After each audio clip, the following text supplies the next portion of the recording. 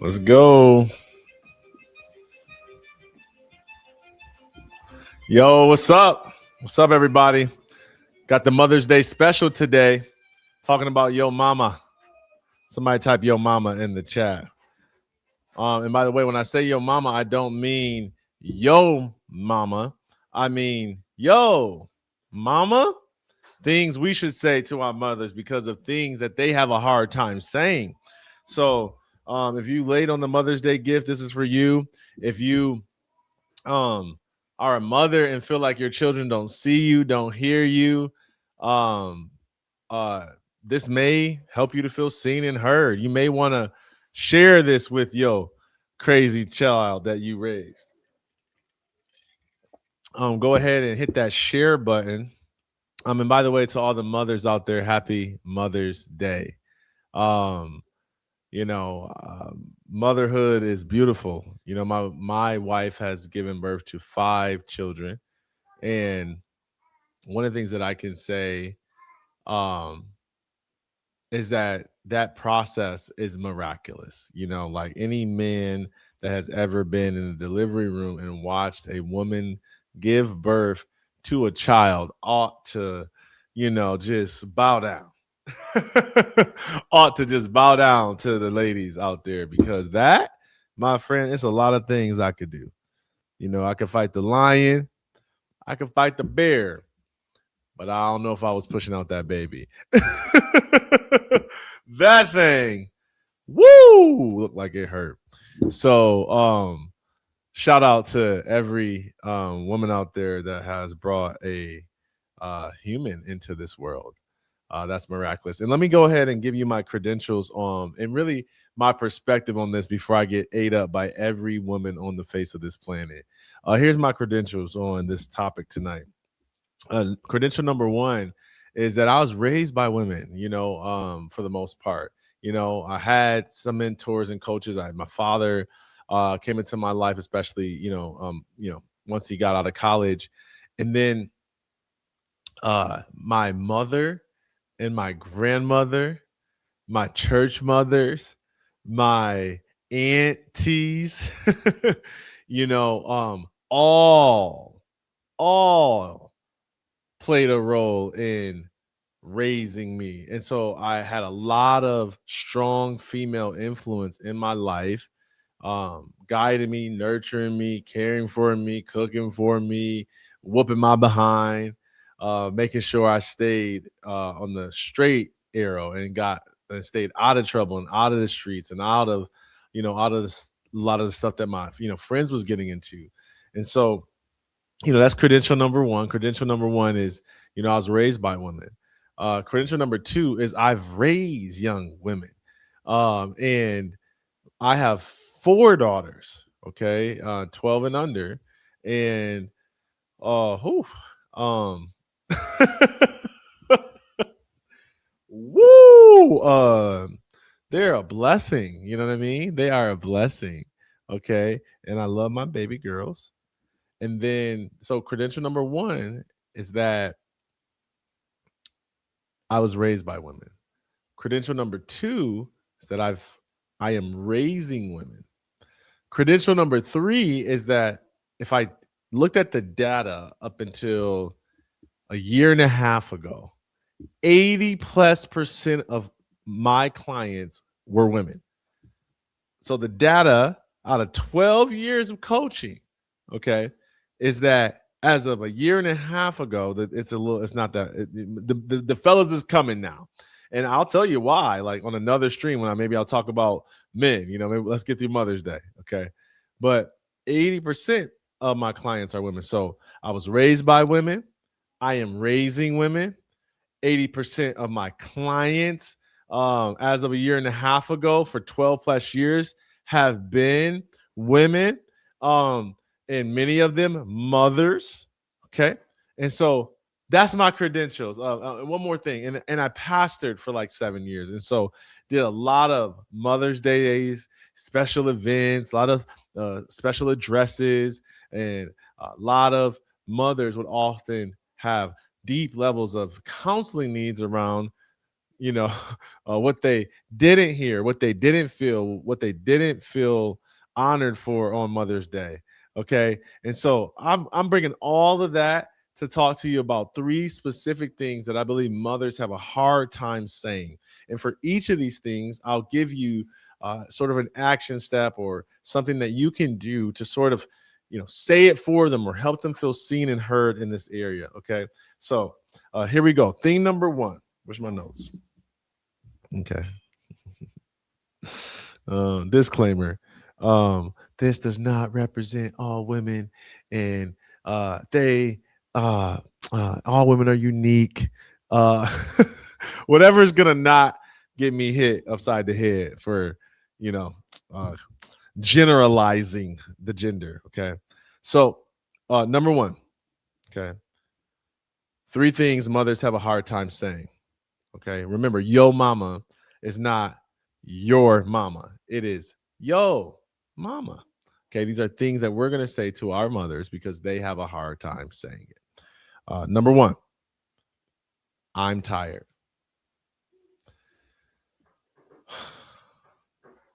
It's not that a woman won't say or a mother won't say, yes, I am tired when they're asked.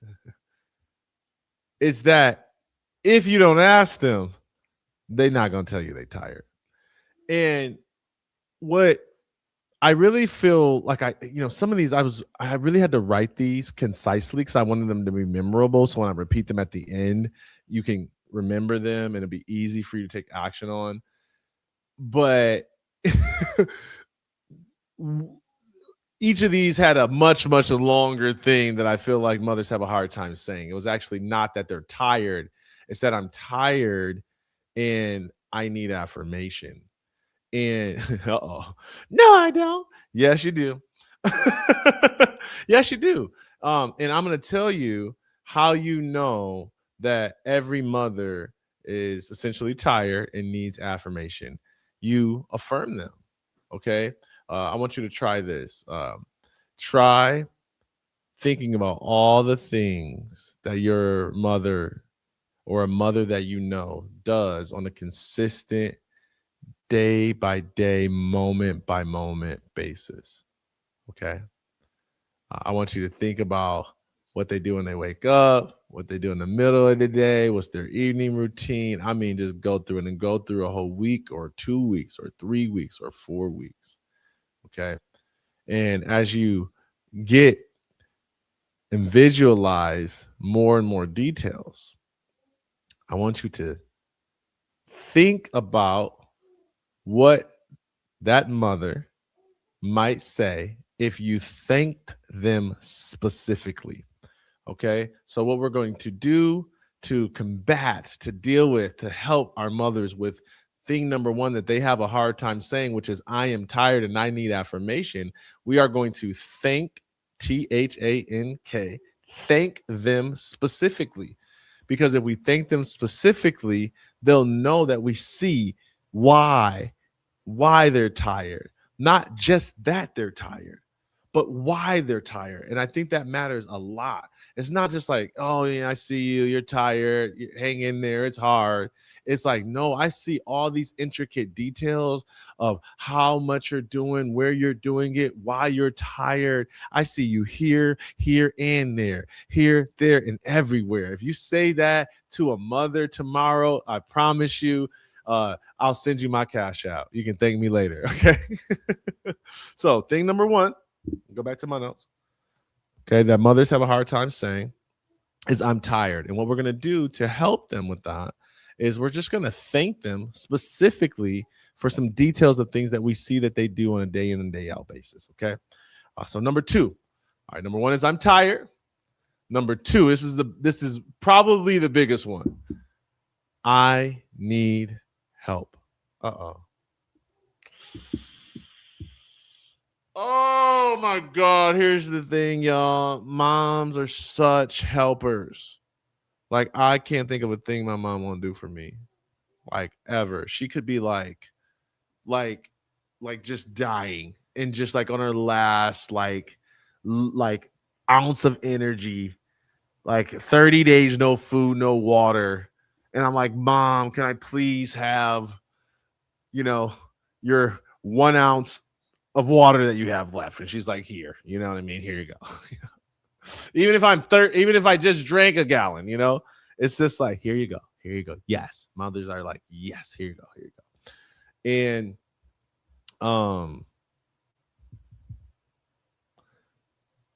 what happens is that there's a wear and a tear. The best thing I know, like, to relate to this is to like use this example for my back injury.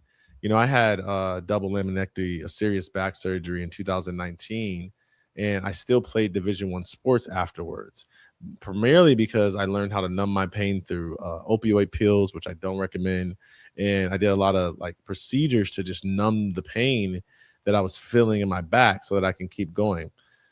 Even after I got done playing the sport, I got used to carrying a certain amount of weight around, like a certain amount of pain. It was like I got used to having a high level of pain tolerance.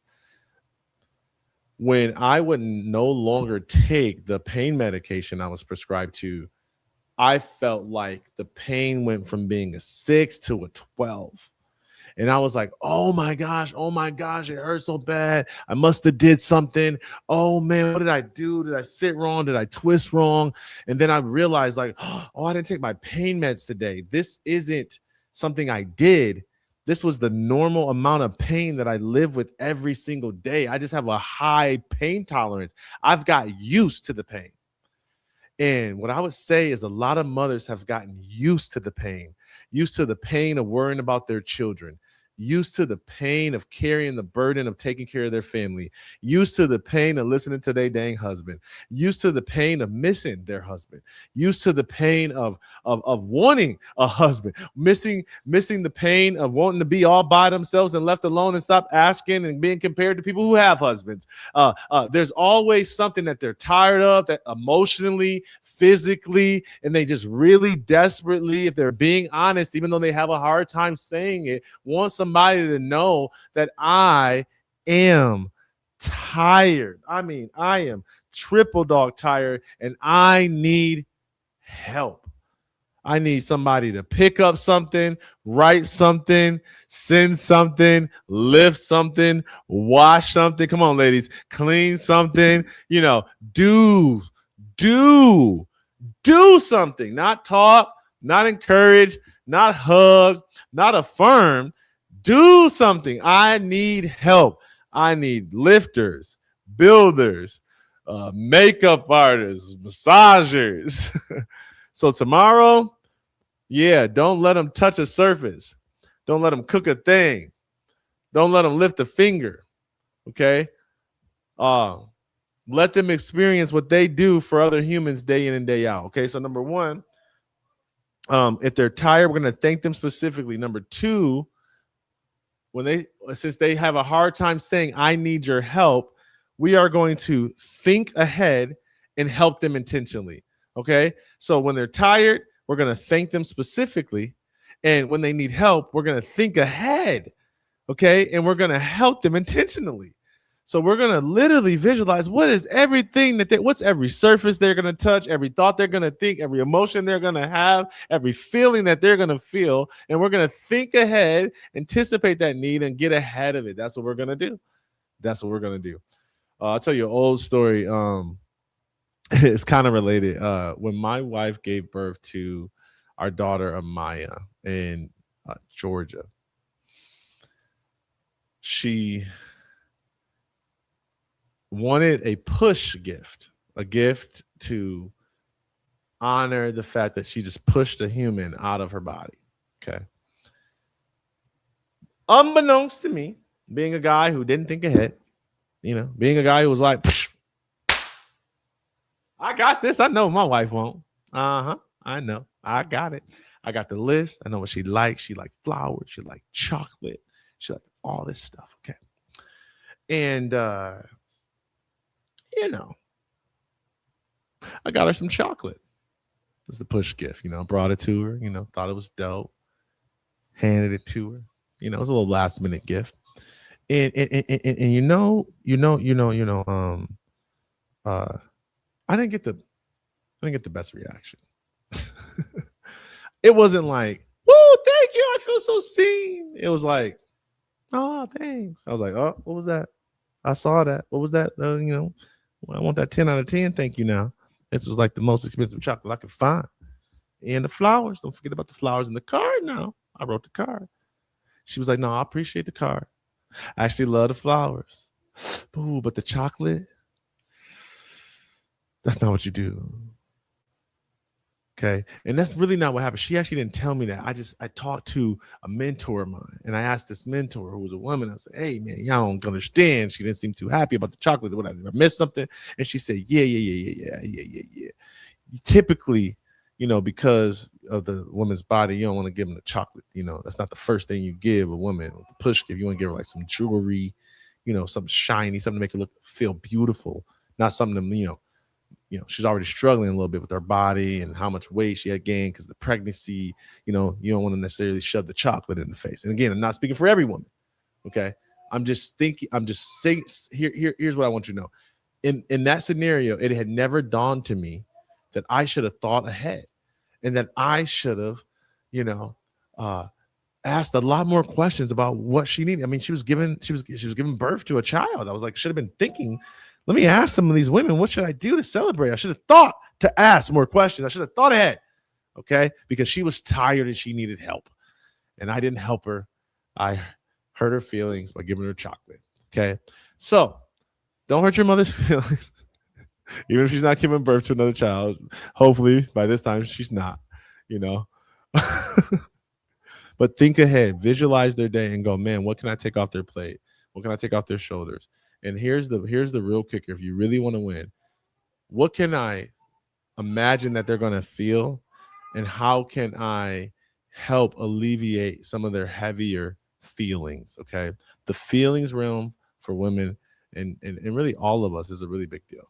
Okay. So number one, the first thing that mothers have a hard time saying is that I'm tired.